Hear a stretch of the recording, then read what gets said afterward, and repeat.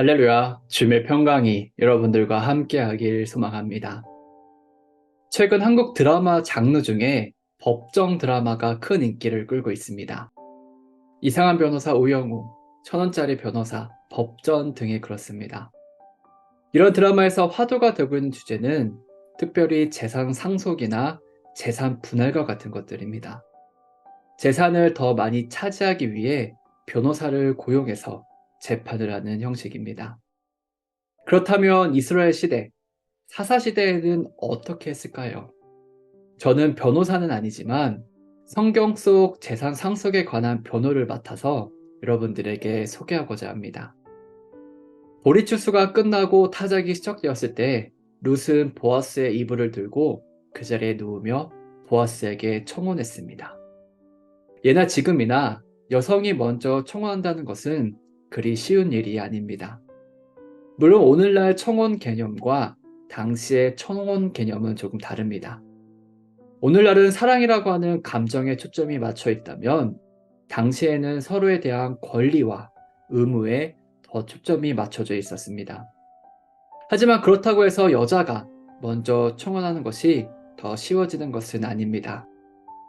당시는 지금보다 여성의 역할이 훨씬 더 수동적이고 소극적이었기 때문입니다. 그런데 룻은 파격적이게도 자기가 먼저 청혼을 한 것입니다. 그렇다고 해서 보아스가 전혀 마음도 없었던 것은 아닙니다. 보아스도 룻을 마음에 두고 있었습니다. 룻을 향한 애정을 가지고 있었지요. 하지만 둘의 사랑이 이루어지기에는 한 가지 큰 걸림돌이 있었습니다. 바로 고엘 제도라고 하는 독특한 제도가 있었기 때문입니다. 이 제도는 혈연 공동체를 중심으로 사회생활이 이루어지던 시기에 서로의 생명과 재산, 그리고 가문을 보호해주기 위한 일종의 상호 보호 제도입니다. 예를 들어, 가난한 형제가 빚 때문에 종으로 팔려간 경우, 가까운 친척이 그 빚을 갚음으로 종으로부터 해방시켜주는 것입니다. 또 형제나 친척이 자신의 땅을 팔았을 경우에 가까운 친척이 일정 기간 후에 그 값을 내고 땅을 다시 돌려받을 수 있게 해주는 제도입니다.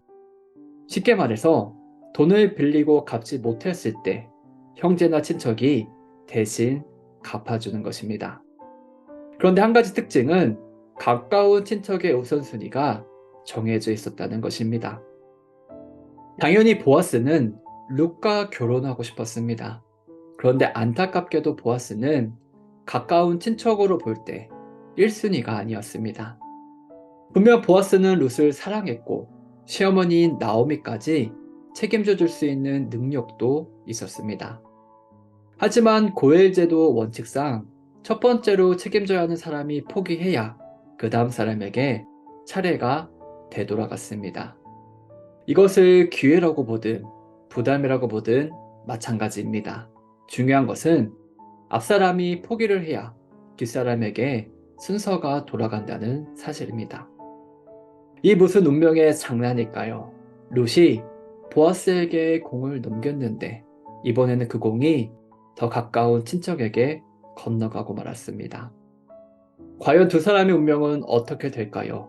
결혼을 할 수 있을까요? 아니면 룻은 책임을 질 다른 사람에게 시집을 가야 할까요? 룻의 인생에 변수의 변수의 변수가 끊임없이 일어나고 있었습니다. 불행 중 다행히도 그날 밤 보아스는 이것 하나만큼은 분명히 약속해 주었습니다. 만약 기업을 책임질 사람이 거절하면 자기가 그 책임을 지겠다고 했습니다. 어느덧 아침이 되었습니다. 보아스는 아침 일찍부터 부지런히 움직입니다.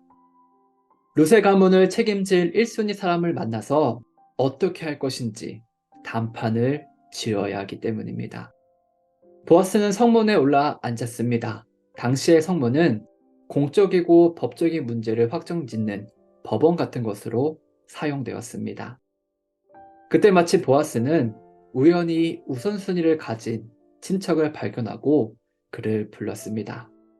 그리고 성읍 장로들 10명을 초청해서 배심원으로 삼고 룻의 기업을 어떻게 할 것인가를 두고 일종의 재판을 열었습니다. 보아스는 단도직입적으로 묻습니다. 나오미가 우리 형제 엘리멜렉의 땅을 팔려고 하는데 당신이 그 땅을 사겠소? 아니면 거절하겠소? 당신이 거절하면 그 다음은 내 차례입니다.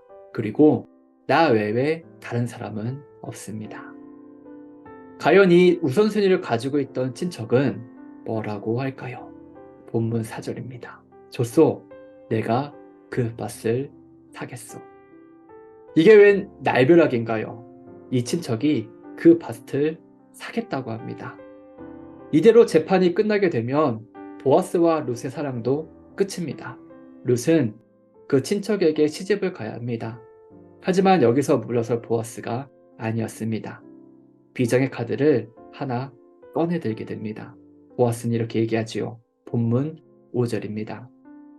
당신이 나오미의 땅을 사겠다면 죽은 사람의 아내인 모압 여자 룻을 아내로 맞아들여야 하오.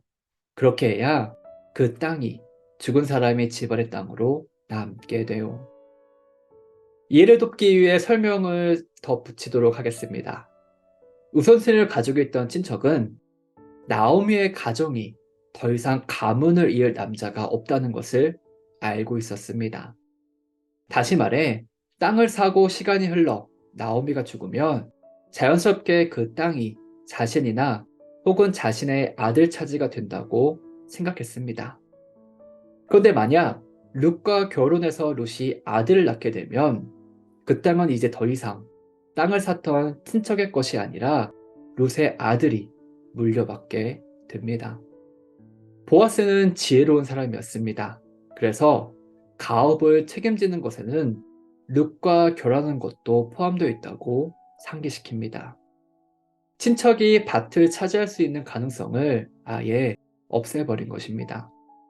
그러자 이 친척은 자신의 재산에 손해가 될 것을 감지하자 이런 조건으로는 책임을 질 수 없다고 포기합니다. 사랑하는 여러분, 보아스는 사사시대에 어울리지 않는 믿음을 가진 사람이었습니다. 그는 신중하고 점잖고 신의와 예의, 법과 원칙을 지킬 줄 아는 사람이었고 무엇보다도 손해를 감수하면서까지 사랑을 실천하고 진정으로 룻을 생각하는 사람이었습니다. 반면에 우선순위를 가졌던 친척은 땅을 차지하기 위해 경솔하고 야비했습니다. 순간의 이익을 위해서라면 믿음조차도 저버리는 기회주의자였습니다. 3인행 피류 아사원이라는 공자의 말이 있습니다. 세 사람이 함께 길을 가면 그 중에는 반드시 스승으로 삼을 만한 사람이 있다는 뜻입니다. 보아스와 우선순위를 가지고 있던 친척, 그리고 내가 함께 길을 간다고 했을 때 이 중에 내가 스승으로 삼을 만한 사람은 누구일까요? 바로 보아스입니다. 오늘 말씀을 기억하면서 이 시대에 보아스 같은 사람이 되길 바랍니다. 그래서 하나님께 유력한 자라는 인정과 칭찬을 받는 여러분 되길 간절히 축복합니다.